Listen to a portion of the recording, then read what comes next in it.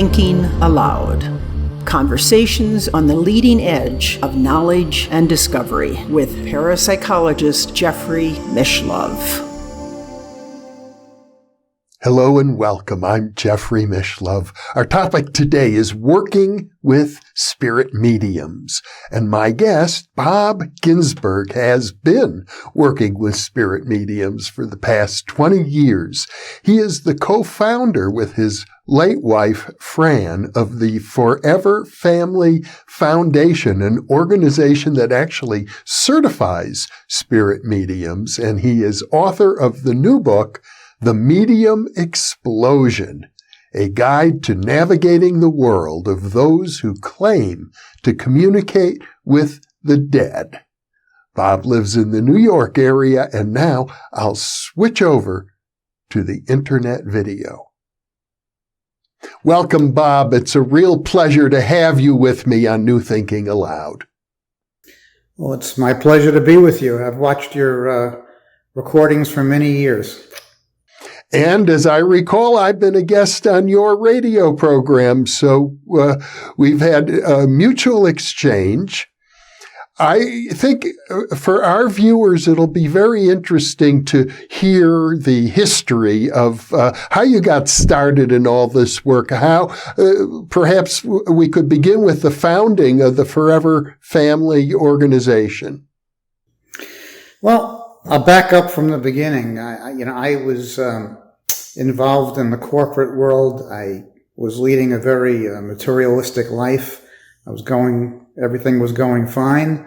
And then one day my wife woke up about 3:00 in the morning and she shot up into a sitting position. She was trembling and shaking and ashen white. I said, "What's the matter? What's the matter?" And she said, "Something horrible is going to happen today."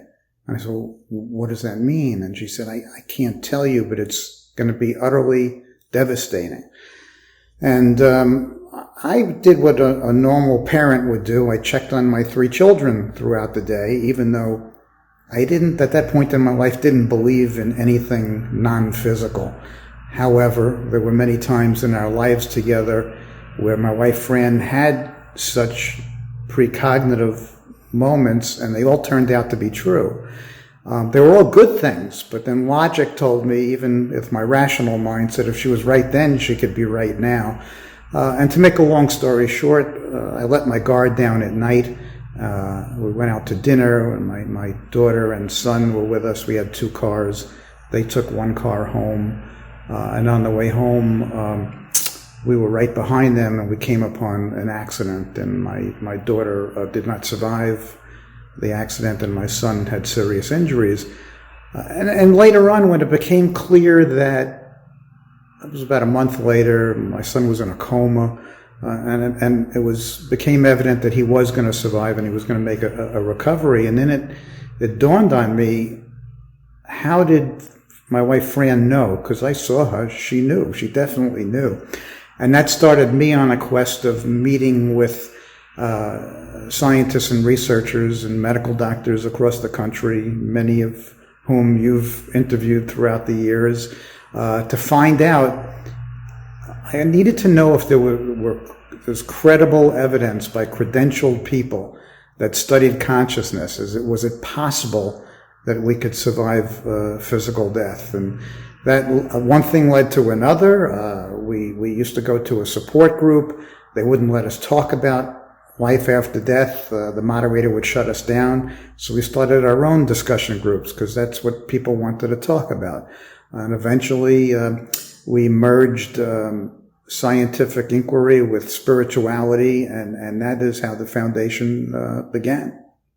At some point, you decided to try to reach out and contact your deceased daughter by using spirit mediums.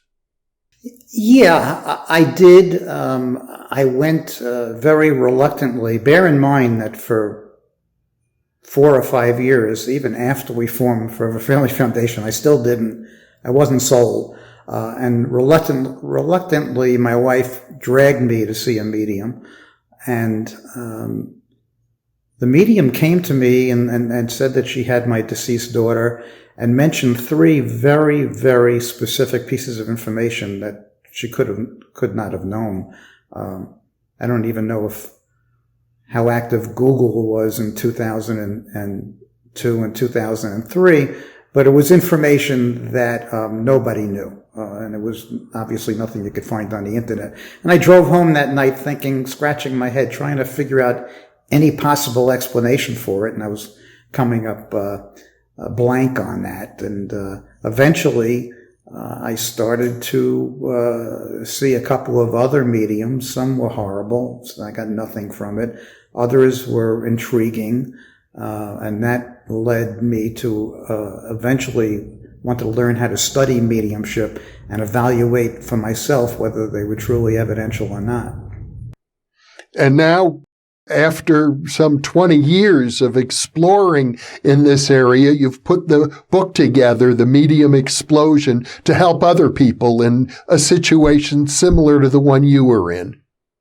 Yeah, and even though the book addresses a little bit of the evidence, the other evidence for survival, its main focus is on mediumship. And don't forget, we started a medium certification program back in 2005, and we did it purely as a resource for the bereaved.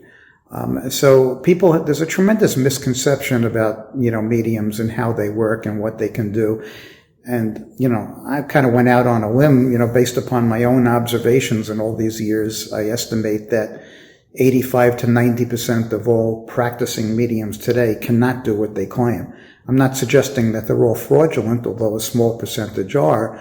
They have some intuitive ability, but it's not honed or not skilled enough to the point where they can communicate with the dead. So this is more of a guidebook of what to expect, how to evaluate a reading, and kind of probing the way the mind of the mediums work.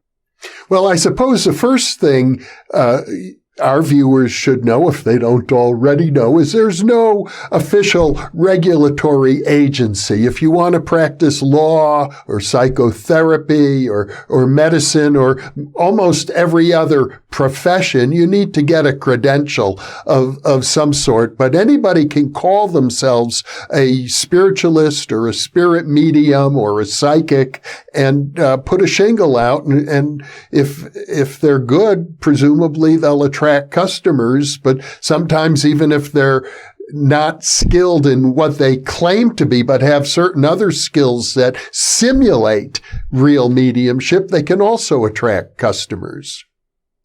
Yeah, you're absolutely right. When you think about it, mediums, by definition of what they do, are sitting with people that are very vulnerable. They're in all sorts of stages of grief.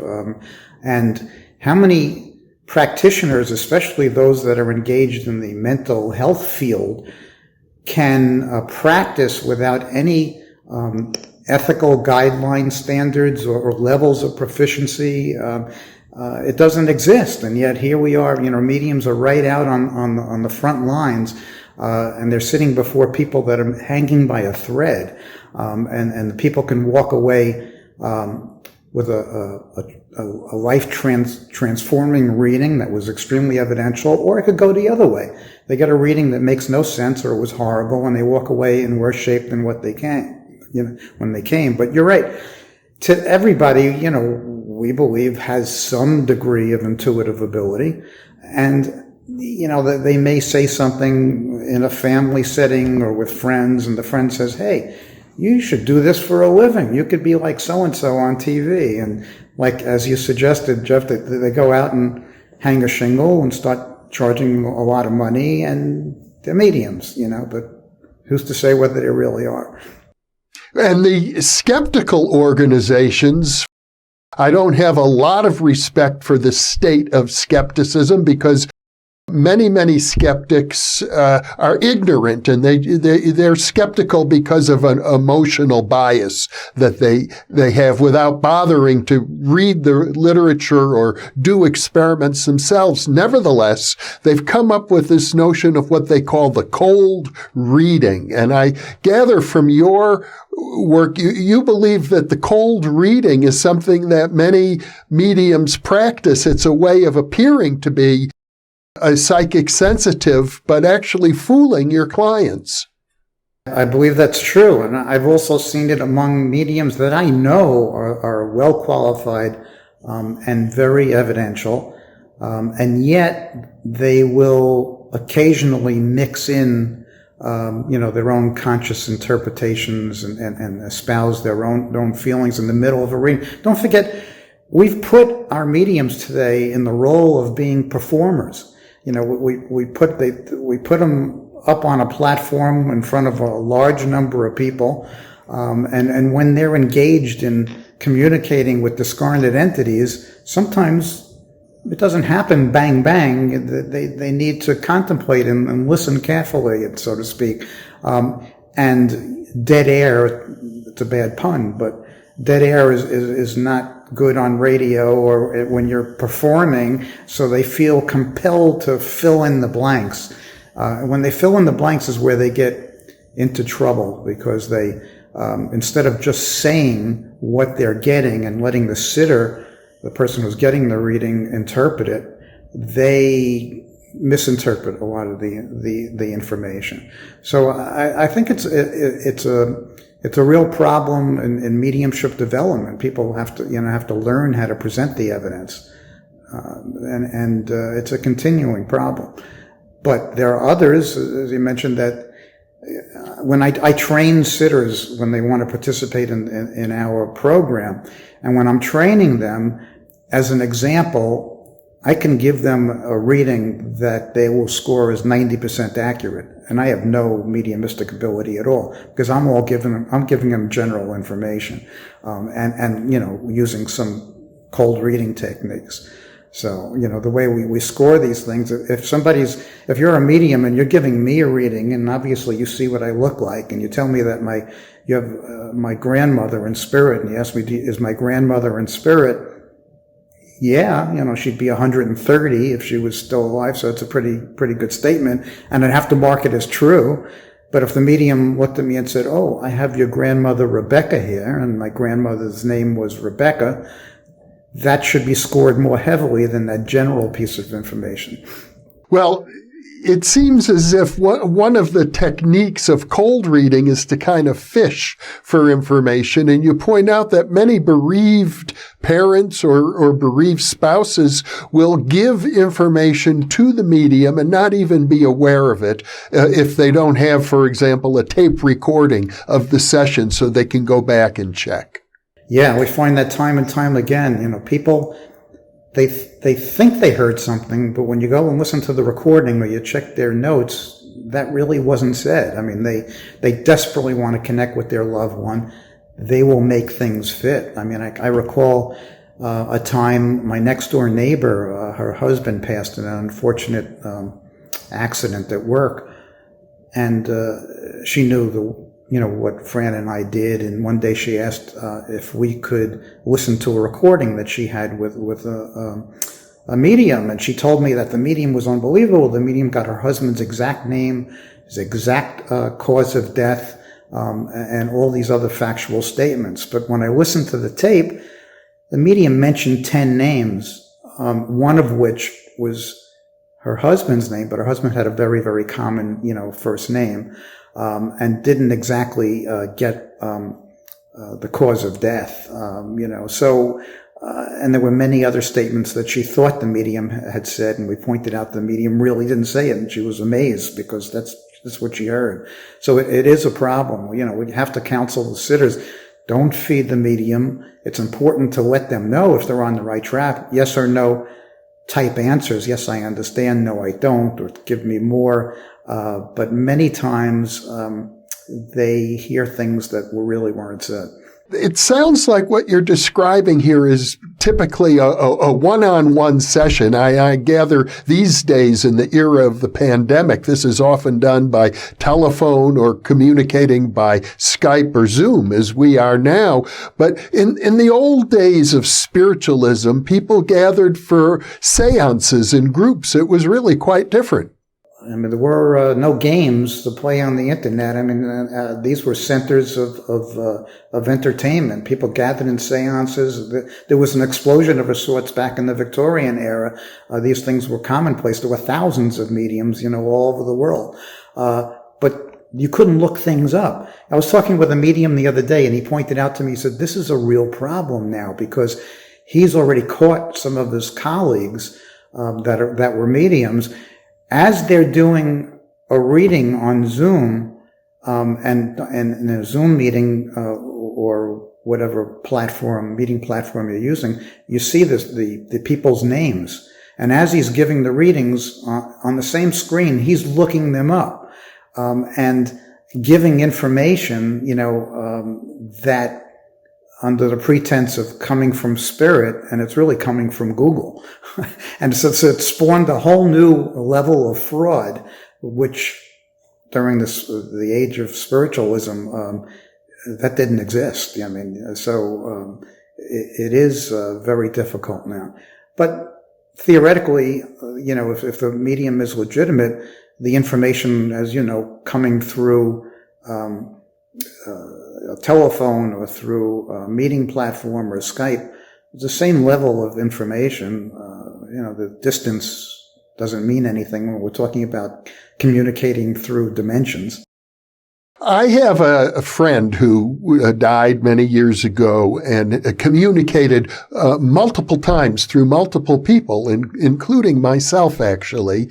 And one of the characteristics reported by many of the people who received these communications was an overwhelming sense of love, that when people are on the other side, it seems as if they can, not always, but they can be in a state in which the emotion of love, affection, warmth, a kind of platonic bliss, a universal quality of love seems to be the dominant feature of their experience there. And I know you've also written about it, but you've cautioned people that they should be looking for evidence, not just statements of love.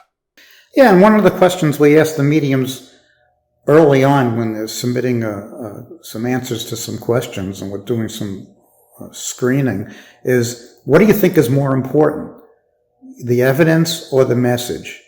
And some of the mediums say, it's the message of love that's important.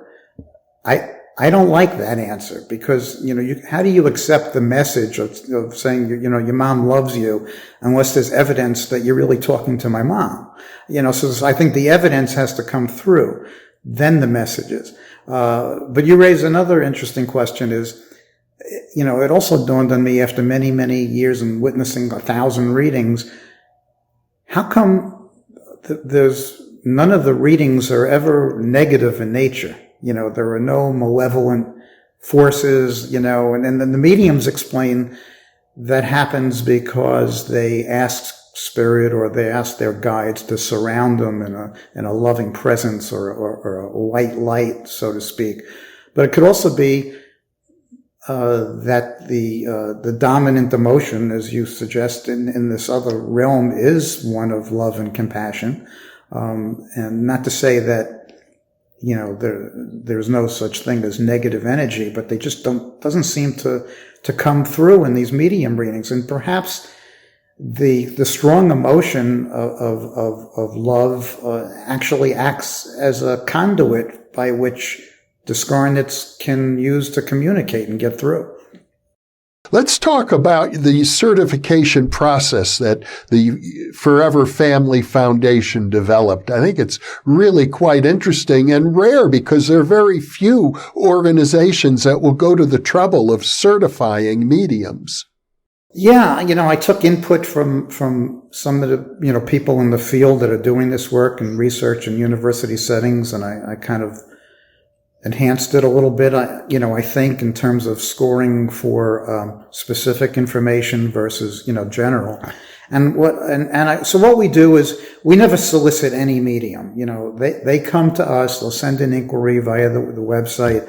We'll ask them a few, basic questions looking for any possible red flags. If that looks okay, we'll send them an extensive application to complete. That's reviewed by committee. If it's felt by the committee that the medium we should proceed forward, an interview is arranged. That's an extensive 45-minute interview.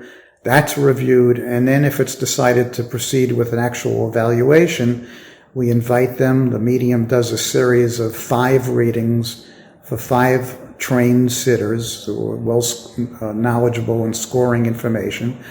And then we have 5 different scoring methods by which we evaluate, the proficiency of the medium. If they meet our guidelines, minimum guidelines, they get certified. We run roughly, since 2005, only 10 to 15% over the years have gained certification, which means 85 to 90% don't. Doesn't mean that they're a bad medium. I understand mediums are not used to being evaluated under controlled conditions. There's electronic issues, and I can only attest to the fact that during the time that we evaluated them, they, performed at a very high level. What we have found is that the mediums that we've certified throughout the years have been extremely consistent. They rarely have a bad reading, and a lot of them have gone on to participate in formal, mediumship research. So it's not a foolproof method, but it served our purposes over the years. Problem is, a lot of the mediums that we've certified have gone on to become famous, and when they become famous, several things happen. They have a 2-3 year or more waiting list. They charge really lots of money for a reading. So it kind of defeats the purpose of having a resource for the bereaved. The key to that is finding more qualified mediums, and that's what we're really engaged in now. How many total mediums would you say have been certified by your organization? Since 2005,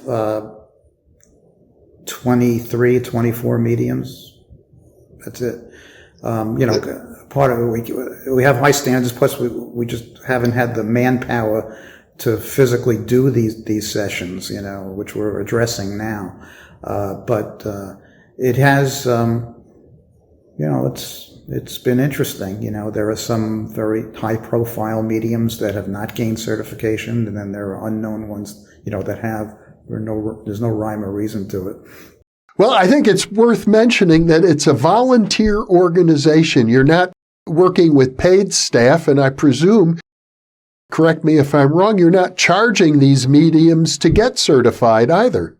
No, that would dilute the integrity of the program, so that the mediums they can't pay to participate. They can't pay to be listed on our website. That's just something that we do.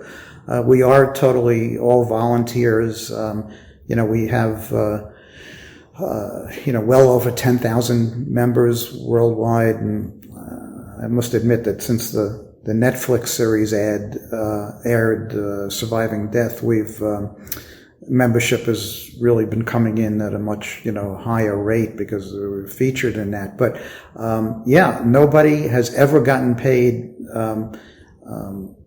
You could make the argument that the only people involved with the foundation that perhaps gain monetarily would be the mediums, because they have a business. They have, obviously they have to charge for their readings, and so people look at the certified list and they go to them. So there is an advantage. In return for that, once the mediums are certified, that we ask them to donate their time to the foundation, either in to appear at a retreat, or appear on one of our radio shows, or donate a reading in a raffle. Ways that we can use their services to raise some money, because not-for-profits have to make money too somehow, because we have bills to pay. So there's some sort of a symbiotic relationship there. But, we've managed, well, since we started in 2003, and, if you have the right intention, somehow the money comes in. If we're ever running low on funds, a big donation comes in, or an event happens where we make money. Everything seems to work out. Let me ask you this, Bob. What distinguishes a medium from a psychic? It's such a common, those terms are used interchangeably. I mean, even mediums refers to them as psychics, or sitters, they'll go to have a medium reading and they said, I went to a psychic. The underlying mechanism, may come from the same source in psychic information and mediumistic information. I mean, if you look at mental mediumship as telepathy, the only difference between, mind-to-mind communication with two living entities and mediumship is that one of the parties doesn't have a body, but they still have a mind or a soul or a consciousness, whatever we choose to call it. So, it's said, it's kind of a trite saying, that all mediums are psychic, but not all psychics or mediums. And my experience is that that's true, because there are many, many mediums that give psychic information that's extraordinary, but they're no good at communicating with discarnate entities. It seems to be like a separate skill set, or maybe the resonance isn't there between the sitter and the medium and the person in spirit. But, and that's the hardest part for us to distinguish between, when we're doing the medium certifications. I try to explain to the sitter, okay, if the medium comes to you and says that did you just paint your bedroom pink? And let's say you just painted your bedroom pink. I mean, that would seem to be an extraordinary piece of information, but it does nothing in terms of evidence of life after death. If on the other hand, the medium said, is bringing through, my deceased mom with all sorts of specific evidence, and then says, by the way, mom is saying she likes that that you just painted your bedroom pink. Well, then that could be scored, because the evidence has already been established and the connection's been made. So, as you well know, I mean, differentiating, like living agent psi from, discarnate communication, I don't know whether we're ever going to be able to parse the two. We can only do the best that we can. Many mediums go into a complete trance. They're not even conscious of what they said. It's as if they become possessed by either their own spirit guide or by the spirits who come through them, of the deceased. How often do you find that amongst these mediums that you're working with? I have never witnessed any of the mental mediums that we have dealt with over the years go into trance. Some tell us that they go into a semi-trance. Evidently, there's two types of trance states. One where the medium is conscious of the information that came through, and one where there's complete control, where their body is taken over. None of the mental mediums practice using trance. They, at least not in what I've observed. I think in their own practices, they may. But it's not something that we see very often. And how about the physical phenomena of mediumship? For example, apports, materializations, direct voice. They're rare, but they've been reported dozens and dozens of times in the literature of, for example, the Society for Psychical Research. Do you encounter any of that among the mediums with whom you work? No, and I became, versed in the literature, and I even participated. My wife and I went to see a physical medium, from Europe, just because we were curious. Oddly enough, I always found this a little strange, that when I would bring up the subject of physical mediumship to our certified mental mediums, a large number of them were very dismissive of it and said that they didn't believe it, which I thought was a kind of a weird stance to take, since they're also communicating with the non-physical world, so you have to keep an open mind. But it's so different from mental mediumship that even mediums that are evidential can't grasp the concept of physical mediumship. And yet we know, as you point out, from physical mediums have been studied by great minds and Nobel Prize winners and have found to be, many, of course, were fraudulent, but many were not, and they did extraordinary things. Question is, why don't we see them today? I mean, there are a handful, but there are not many. It's a problem for researchers because most of the sessions take place in darkness, total darkness, except for occasional very, very dim, red light source. So it's impossible when I went to see the physical medium. Yeah, I mean, I got rapped about 10 or 15 times by a floating trumpet, and I saw, a laser show of light, but there was no way for me to make an independent, unbiased judgment because it was total darkness. It could be extraordinary or it could be a fraud, and I couldn't make the judgment, which was frustrating to me. When it comes to evidence of survival, you emphasize that a lot. You point out that bereaved relatives and friends want that. They want some evidence that their loved one actually has survived. And what you seem to be saying is that kind of evidence is available, at least in a measurable percentage of cases. Yeah, I mean, some people are like me. I needed the evidence and the science part of it to open me up to the spiritual part, and the anecdotal, part. And I believe that it's important. I mean, to learn as much as you can about near-death experiences and end-of-life experiences and reincarnation and electronic voice phenomena, and after-death communications and everything, because you need a foundation of belief.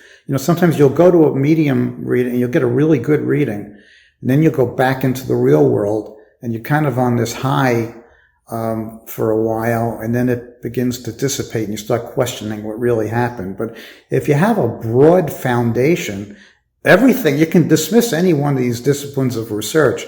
But if you step back and look at them, all of them collectively, then survival of consciousness makes the most sense, because everything can't be wrong.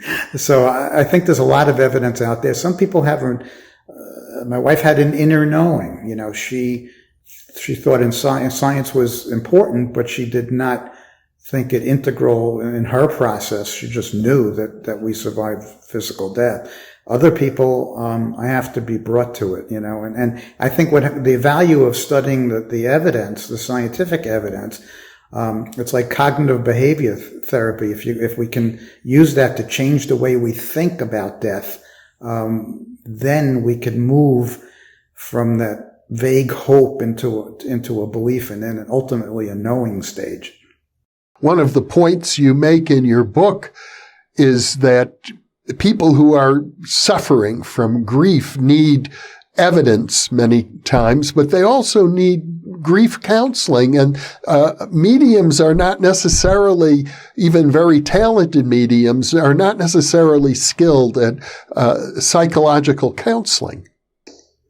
True, and I think I think all mediums, it should be mandatory that they attend some grief workshops to get a better understanding of the nature of grief and how to present information, that they're getting. Mediums should never, ever represent themselves as therapists or grief counselors. Having said that, they act in that capacity. I mean, they're on the front line and they are working with people that have emotional trauma. And to me, I mean, might be the best form of grief therapy that there is, because what could give you more hope and comfort and than believing that your deceased loved one still exists in some form? So even though they're not representing themselves as grief therapists, they really are acting in that capacity, and it's a tremendous responsibility. Lots of times, even for people who don't think of themselves as having any mediumistic talent, they experience vivid encounters with their deceased loved ones in dreams and visions. Yeah, I think that dream visits are the most often form of after-death communication. I mean, the theory being that when we're in that REM stage of sleep and our chatter mind or monkey mind, so to speak, is put to rest, that opens up a channel for communication.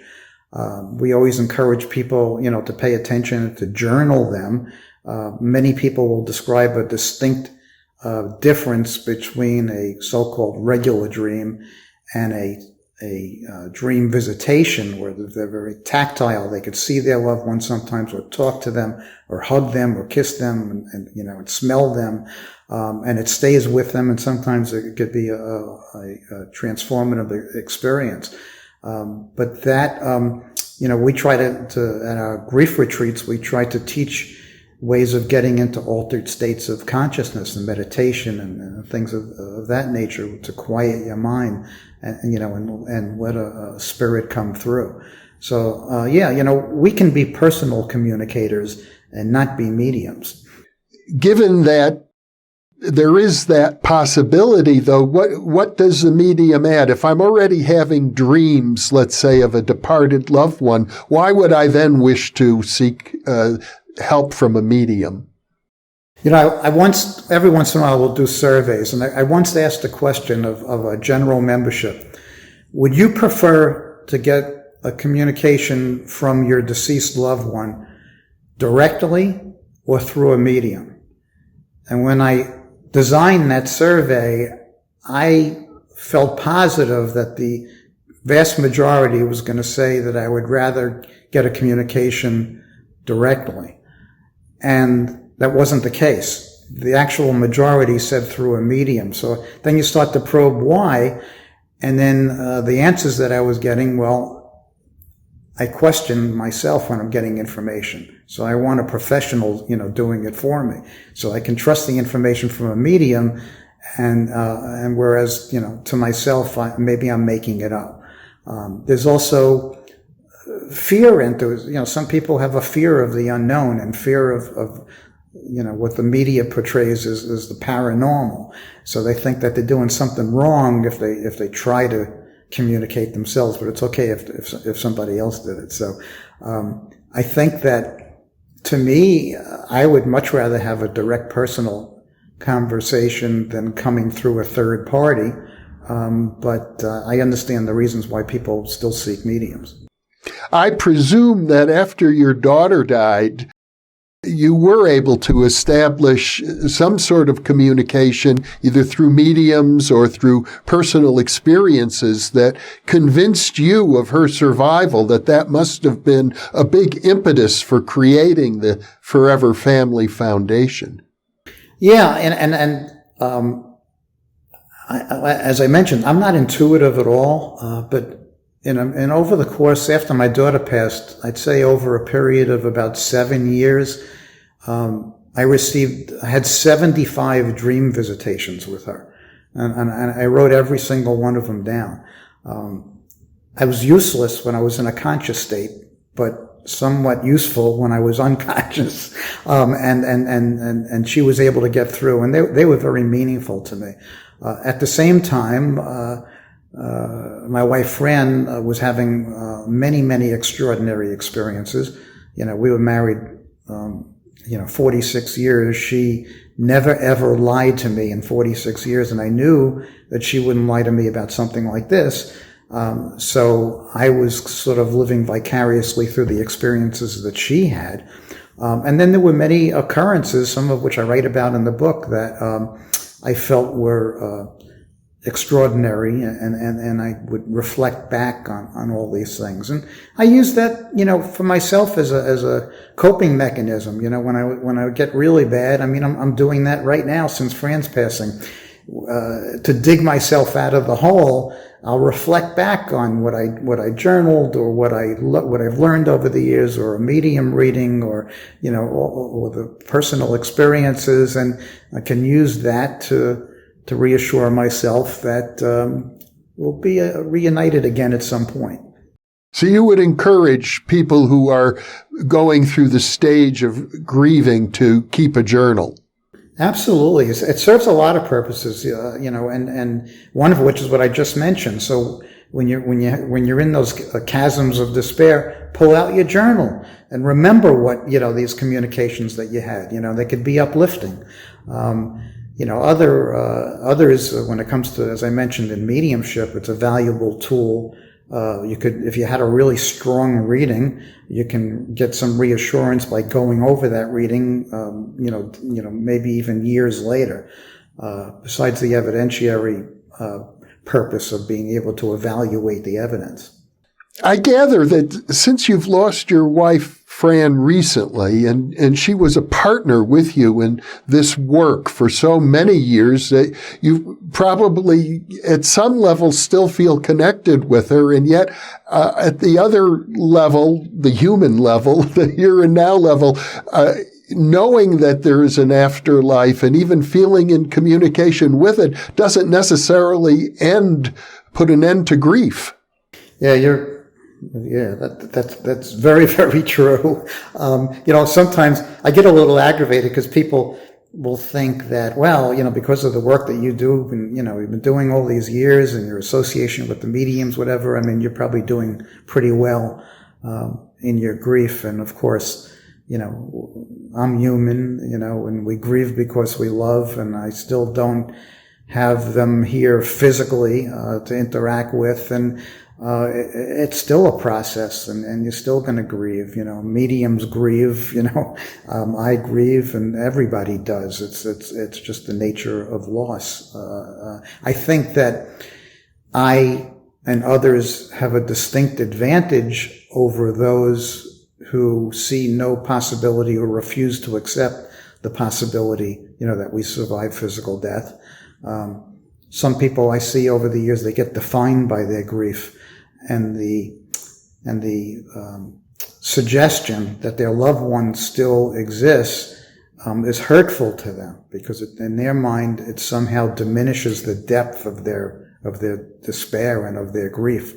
And those people sometimes will never change, and they live the rest of their physical lives, with those beliefs. I think, I just feel bad that they couldn't find any hope as they live out their lives. Well, Robert Ginsberg, this has been a very heartfelt conversation. I'm grateful to you and the decades of work that you've put into the Forever Family Foundation. And obviously, it's been a resource for many, many grieving individuals and families. It's been a pleasure to be with you, Robert. Thank you so much for being with me. Thank you, Jeff. It was my honor to be on your show. And for those of you watching or listening, thank you for being with us.